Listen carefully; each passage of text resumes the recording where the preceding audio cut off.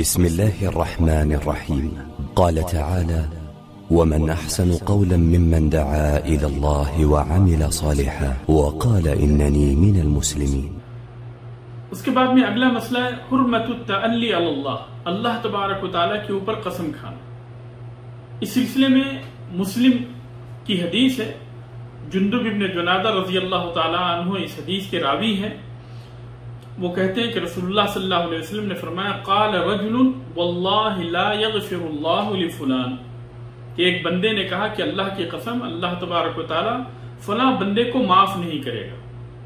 فقال اللہ عز وجل: من ذا الذی یتعلی علی، کہ یہ کون ہے جو کہ میرے اوپر قسم کھا رہا ہے اللہ اغفر لفلان، کہ میں فلاں کی بخشش نہیں کروں گا، اسے معاف نہیں کروں گا۔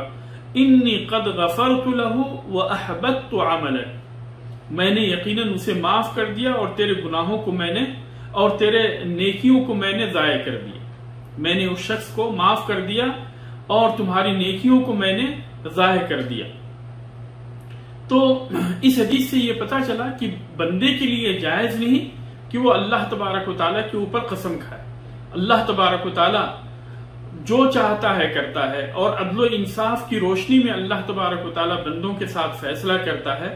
چنانچہ کسی کو یہ حق حاصل نہیں ہے کہ وہ اللہ تبارک و تعالیٰ کے اوپر قسم کھائے اور اس طرح کی باتیں کریں کہ اللہ تبارک و تعالیٰ فلاں کو معاف نہیں کرے گا اور فلاں کو معاف نہیں کرے گا، اس لیے کہ پتہ نہیں کہ کب کون سا بندہ اللہ تبارک و تعالیٰ کی طرف رجوع کر لے اور اپنے گناہوں سے معافی مانگ لے، اللہ تبارک و تعالیٰ کے حضور توبہ کرے اور اللہ تبارک و تعالیٰ اس کے توبے کو قبول کر لے اور پھر اللہ تبارک و تعالیٰ اس کے سارے گناہوں کو معاف کر دے۔